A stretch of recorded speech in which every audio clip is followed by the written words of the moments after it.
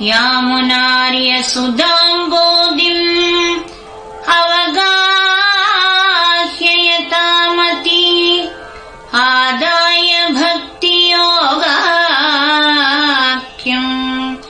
रत्नम् सन्दर्शयाम्यहम्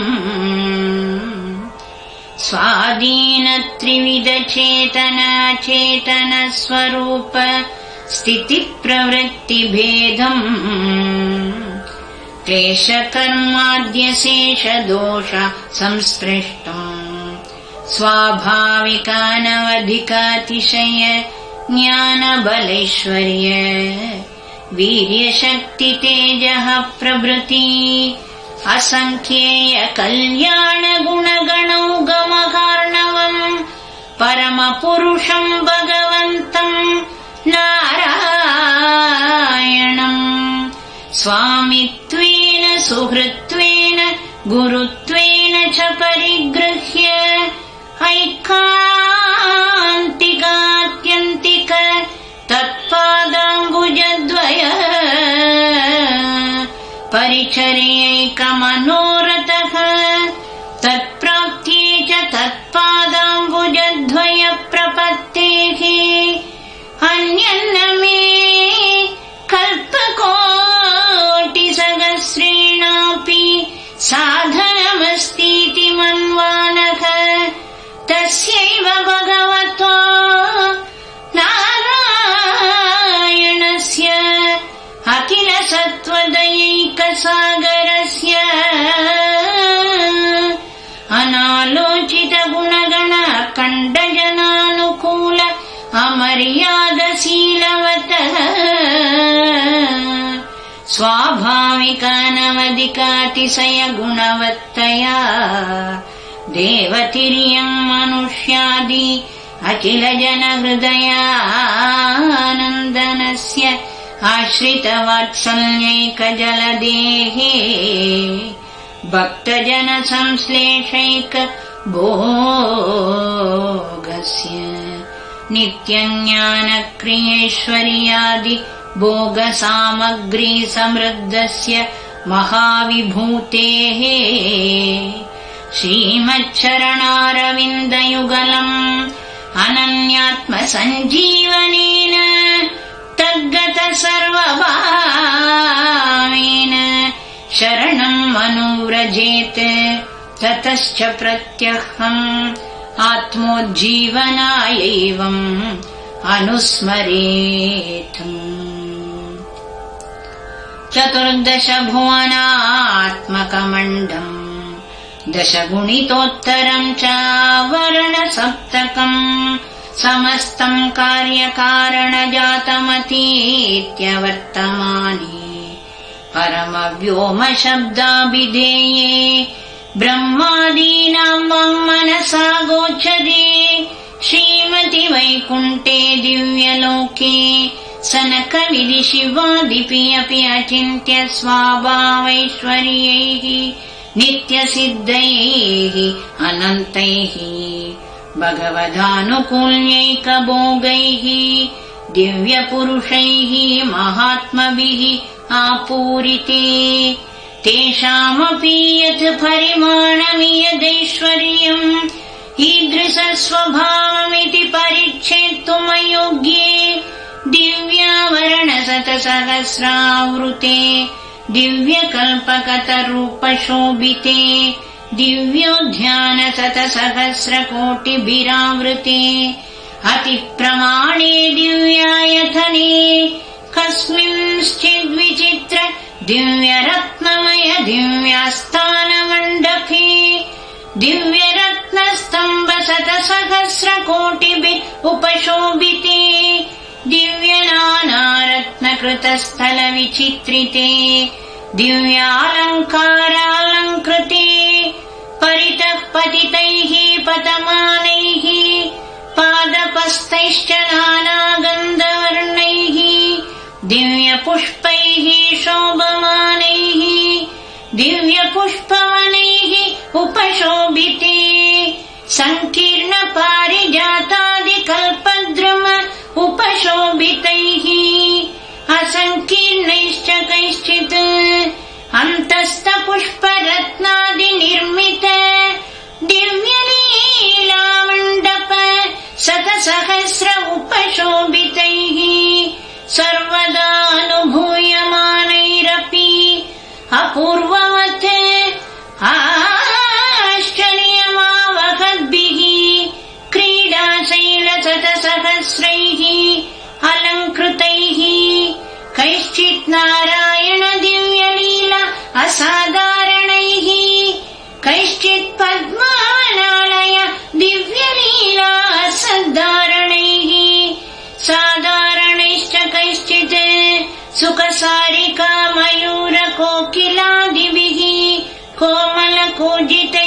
व्याकुलैः दिव्योद्यानशतसहस्रकोटिभिरावृते मणिमुक्ता प्रवालकृतशोपानैः दिव्यामलामृतरसोदकैः दिव्याण्डजवरैः अतिरमणीयदर्शनैः अतिमनोहरमधुरस्वरैराकुलैः अन्तस्तमुक्तामय दिव्यक्रीडास्थान उपशोभितैः दिव्यसौगन्धिकवापि शतसहस्रैः दिव्यराजहंसावलिविराजितैरावृते निरस्तातिशय आनन्दैकरसतया च आनन्द्याश्च प्रविष्टान् उन्मादयद्भिः क्रीडोद्देशैर्विराजिते तत्र तत्र कृतदिव्यपुष्पपर्यङ्क उपशोभिते नानापुष्पासमास्वादमत्तभृङ्गावलीभिः उद्गीयमान दिव्यगान्धर्वेण आपूरिते चन्दनाकरुकर्पूर दिव्यपुष्पावगाहि मन्दानिला सेव्यमाने मध्ये दिव्यपुष्पसञ्चय विचित्रिते महति दिव्ययोगपर्यङ्के अनन्तभोगिनी श्रीमद्वैकुण्ठ ऐश्वर्यादि दिव्यलोकम्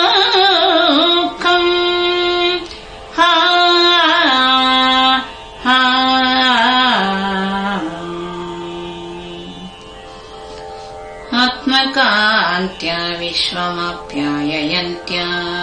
शेषासनादि सर्वपरिजनम् भगवतः तत्तदवस्तोचितपरिचर्यायाम् आज्ञापयन्त्या शीलरूपगुणविलासादिभिः आत्मानुरूपया श्रिया सखासीनम् प्रत्यग्रमुन्मीलितसरसिजसदृशनयनयुगलम् स्वच्छनीलजीमूतसङ्काशम् अत्युज्ज्वलपीतवाससम् स्वया प्रभया अतिनिर्मलया अतिशीतलया अतिकोमलया स्वच्छया माणिक्याभया कृत्स्नम् जगद्भासयन्तम्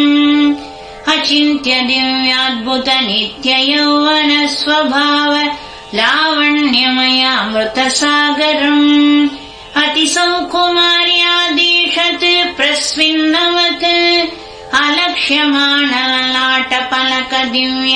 अलकावली विराजितम्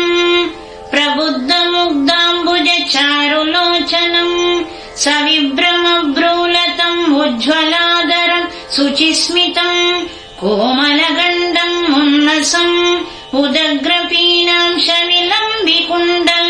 अलकावली बन्धुरकम्बुकन्दरम्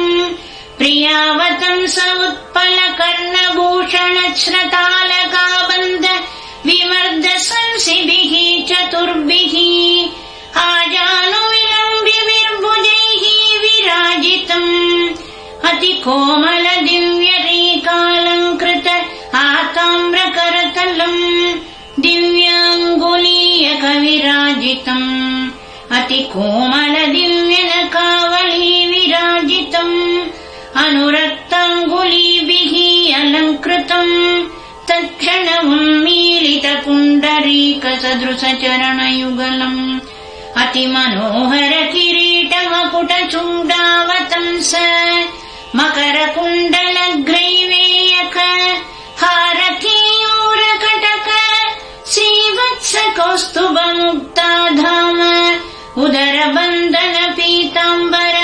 काञ्चीगुणनूपुरादिभिः अत्यन्तसुखस्पर्शैः दिव्यगन्धैः भूषणैः भूषितम् श्रीमत्या वैजयन्त्या वनमालया विराजितम् शङ्खचक्रगदाशिशार्गादिदिव्यायुधे सेव्यमानम् स्वसङ्कल्पमात्रावक्लुप्त जगज्जन्मस्थितिध्वंसादिति श्रीमति विश्वक्षेणे न्यस्त समस्त आत्मैश्वर्यम् वैनदेयादिभिः स्वभावतो निरस्त समस्त सांसारिक स्वभावैः भगवत्परिचर्याकरणयोग्यैः भगवत्परिचर्यैकभोगैः नित्यसिद्धैः अनन्तैः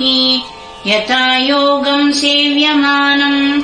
आत्मभोगेन अननुसंहितपरादिकालम् दिव्यामलकोमल अवलोकनेन विश्वमाह्लादयन्तम्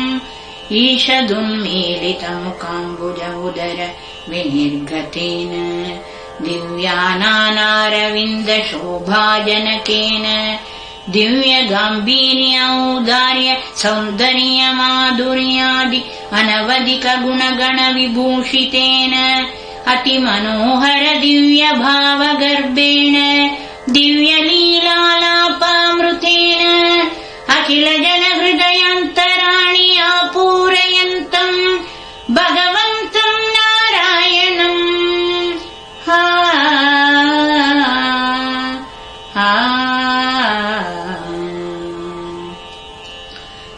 ध्यानयोगेन दृष्ट्वा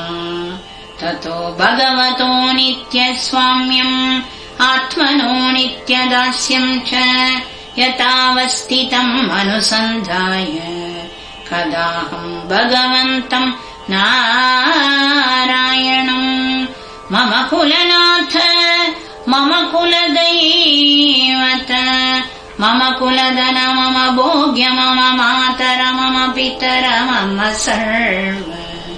साक्षात्करवाणि चक्षुषाः कदाहम् भगवत्पादाम्बुजद्वयम् शिरसा धारयिष्यामि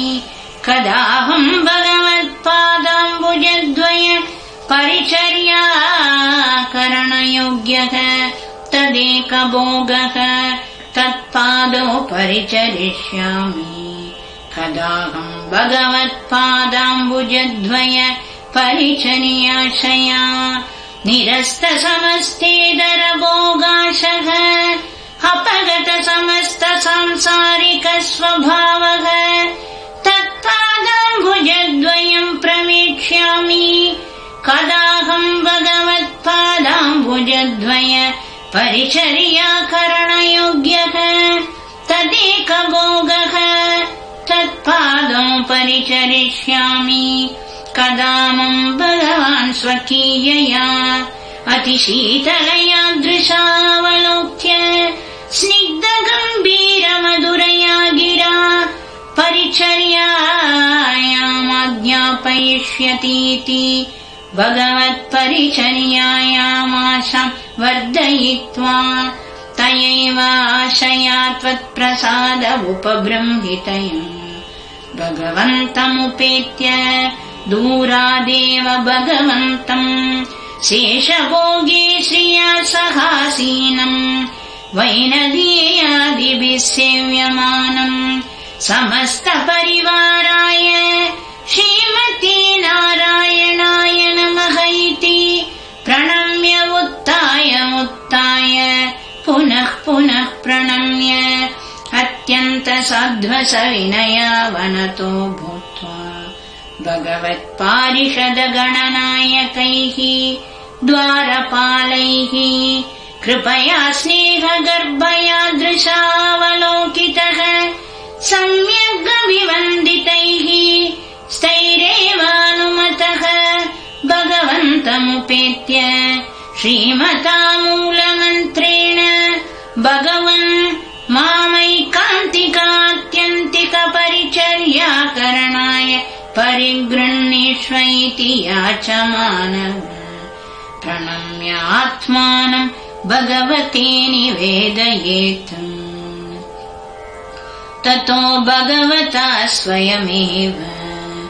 आत्मसञ्जीवनेन अमर्यातशीलवता अतिप्रेमान्वितेन अवलोकनेन अवलोक्य